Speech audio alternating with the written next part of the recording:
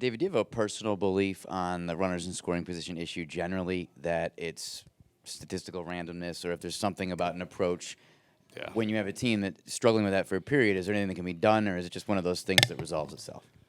Yeah, we talked a little about this the last time I was here as well, and so I'll see if I can be as consistent as possible with how I respond to this. But I think there is a skill in slowing down the moment, and I think there is a skill in handling pressure, and putting yourself in the best frame of mind to succeed in those moments when the intensity is a little higher. Once you do all of that, I think the result is still somewhat random. And there are still smaller sample sizes by nature with runners in scoring position.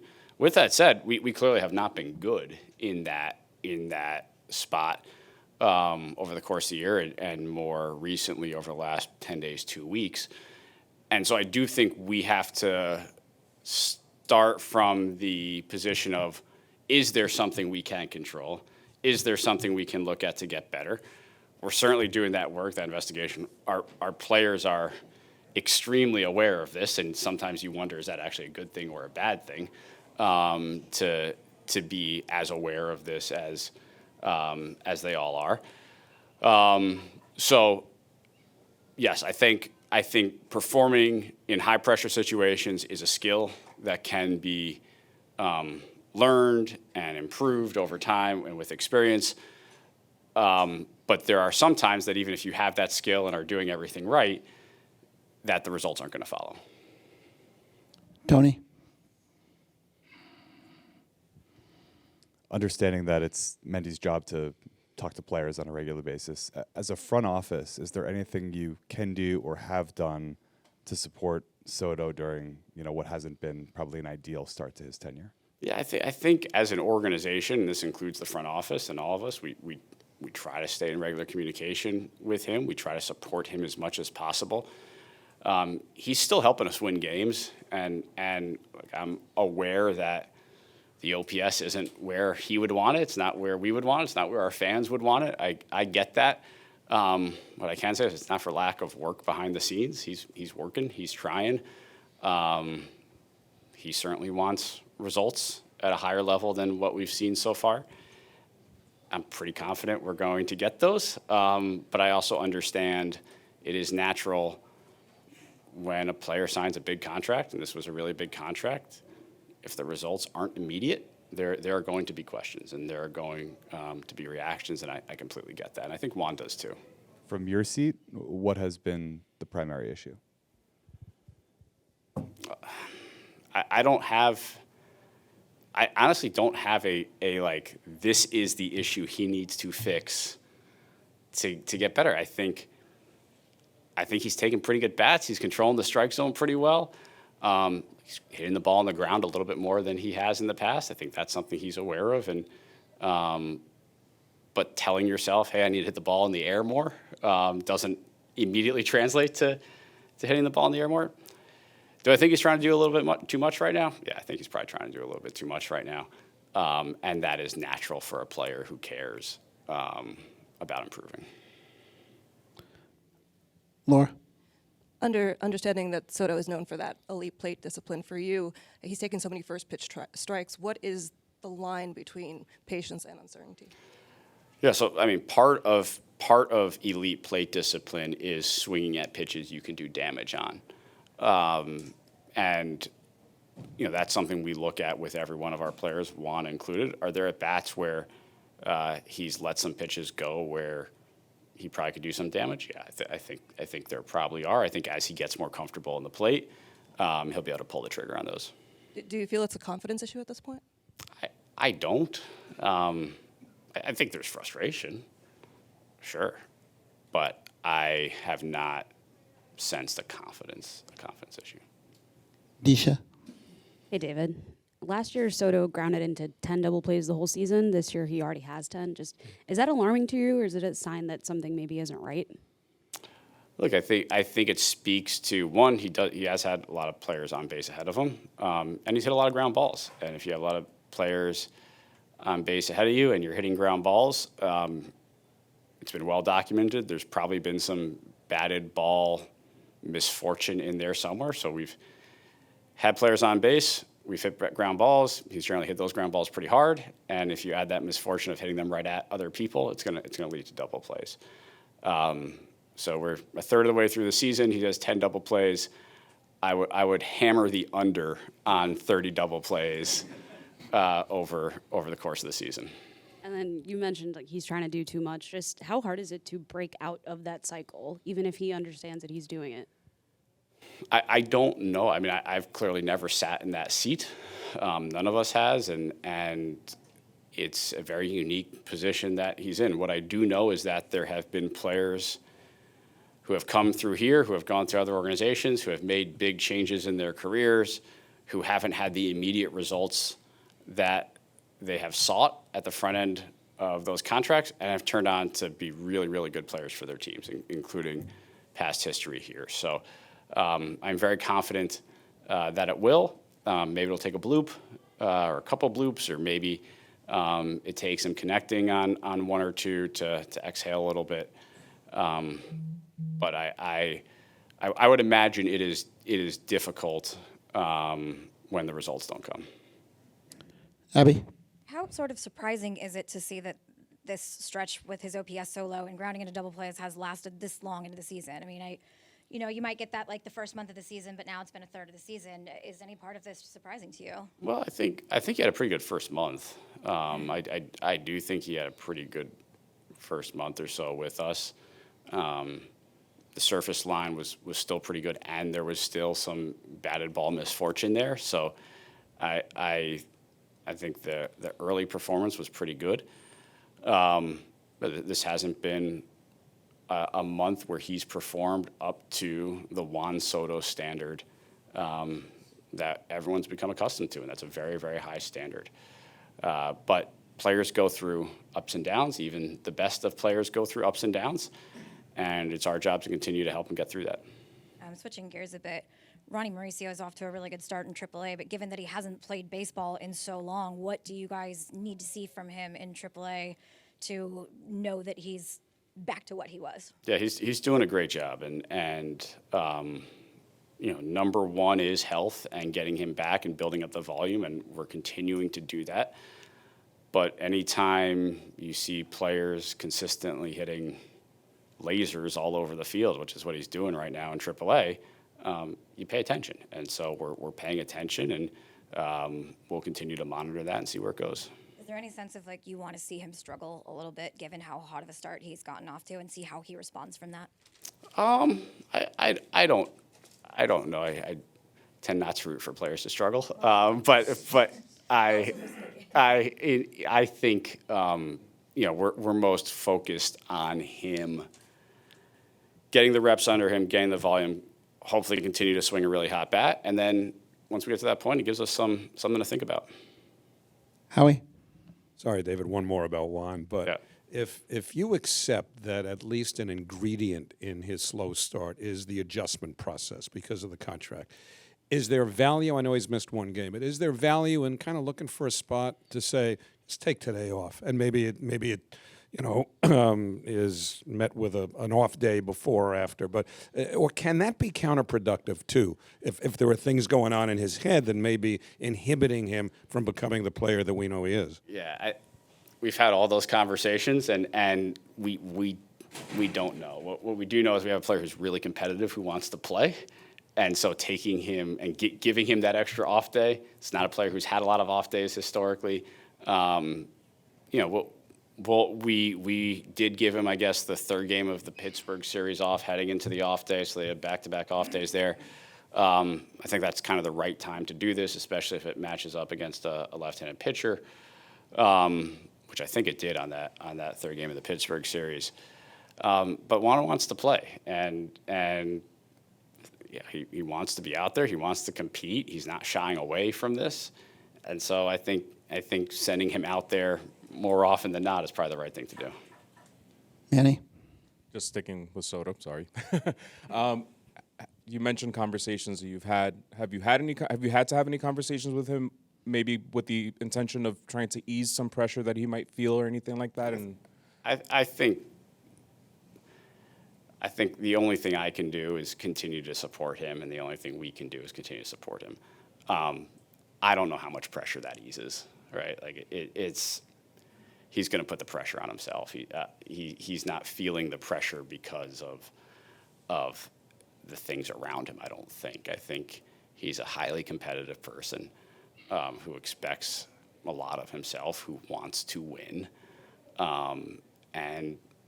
and so when he's not performing up to a level he's accustomed to, he's going to put pressure on himself to do that.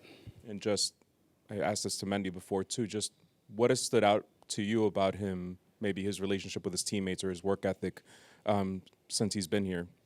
Just anything that stood out to you about him? I think he's working pretty hard. I think he cares about winning. I think obviously he knows he's not hitting at the level he wants, and I think he's looking for other ways to impact the game. We've seen him take the extra base. We've seen him look for opportunities to steal. I think especially over the last week to 10 days, we've seen him cut some balls off in the gap before they get to the wall in pretty impressive fashion. So he's working, he's trying. That was certainly his reputation coming in, is that he's a worker, and we've seen that. Keith? Brandon Nimmo's been really valuable in his career, getting on base, the top of the order, then the middle of the order, can hit home runs, but it seems like he's kind of stuck in between of what kind of player he is. How's he most valuable to you?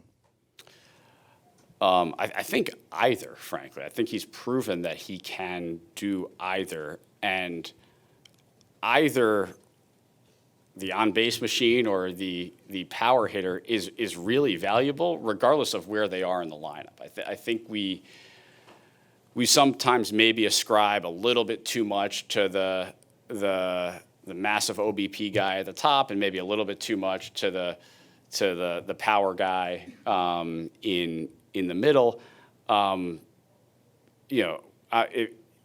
If you have a leadoff hitter like we did with Lindor, who's hitting for a ton of power, that's pretty valuable too. And if you have a guy in the middle of your lineup who's getting on base 42% of the time, that's really valuable too. So I think what we're encouraging Brandon to do is just be the player he wants to be, and not necessarily worry about where in the lineup he is or what the expectations are. He's proven he can do both.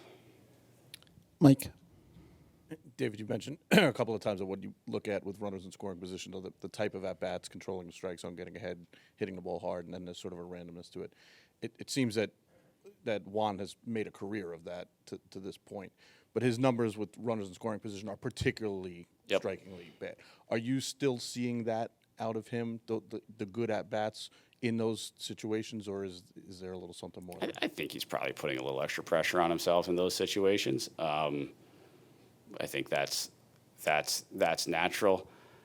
As a team in those situations, we probably don't have quite the same approach that we've had in other situations. I'm not sure it's to the extent that explains the full gap of our production with runners in scoring position versus without runners in scoring position. But there have probably been some circumstances where there have been some very hittable pitches early in counts that we've taken, and then later in counts, there have been some circumstances where we're probably chasing a little bit more than we are when we don't have runners in scoring position. And again, this is pretty natural when you're trying to do too much, when you're having trouble getting runners in. The tendency is, okay, let me get into the at-bat a little bit more. Let's see a few more pitches. That can lead to some early takes that maybe you wish you had back. And then that happens. All of a sudden, you're behind in the count. You really want to make contact and get the guy in or get the guy over, and you expand. And again, I think our players are very aware of this. As I mentioned earlier, maybe even too aware of this. But we have really good hitters. And over the course of the season, I am very confident that our leverage numbers, however you want to define them, are going to normalize and look a lot like what we believe they should look like. Tim? What have you thought of Alvarez this season to this point? I think we have a player who made a very significant swing change in the offseason, who lost all of spring training or almost all of spring training, got off to a late start, and has probably been fighting himself a little bit to this point. I think he hasn't produced at the level he's accustomed to producing. He's working really hard to continue to refine his swing, to get it to a place that he feels really comfortable with. And I think we all would expect that we're going to see better production going forward than what we've seen in his relatively brief stint since he's come off the IL. Jerry. David, this is we're kind of broadly about slumping players, not just Juan, but obviously he did not have a bad month last year. Francisco had a great calendar year. I think he's 8 for his last 55. If a player hasn't slumped in a long time, can that make it harder to get out of the slump if he finally slumps? That's one I have not posited, but that could, sure, I mean, if you haven't experienced a slump in a while, does it feel deeper and tougher to get out of than if you regularly experience slumps? Like I could buy that a little bit. I don't know if that's what's going on here or not. But yeah, look, Juan's a very good hitter who has produced at a historically high level throughout his career. That's obviously why he signed the contract he did, and why we're also excited to have him here. And so this is an unusual stretch for him, and I am sure he feels it as though, and that can lead to natural discomfort and pressure. Tony. Just back to Mauricio for a quick sec. I think he has yet to play more than back-to-back nights. What are the actual tangible markers he needs to hit before you would consider activating him? Yeah, there aren't specific, you need to check this box, you need to check that box. He has now, as you noted, he has now played back-to-back 9 innings. That's important, obviously. I think it's more subjective. Is he comfortable playing the field regularly? Does it look right? Offensively, sure seems like he got himself right pretty quickly, which is very impressive. He certainly has development left in his offensive game, and he's an enormously gifted player. He's likely never going to be the type of guy with Juan Soto type plate discipline, but there are probably some strides he can make there. And so while he's in AAA, we'll encourage him to continue to make those strides while recognizing his gift is that he hits the ball incredibly hard. And we don't want to encourage any approach change that takes away from what his true gift is. I guess then how much of him being down there is still a product of the physical stuff versus the development stuff, where if he were 100% healthy, he may or may not be up?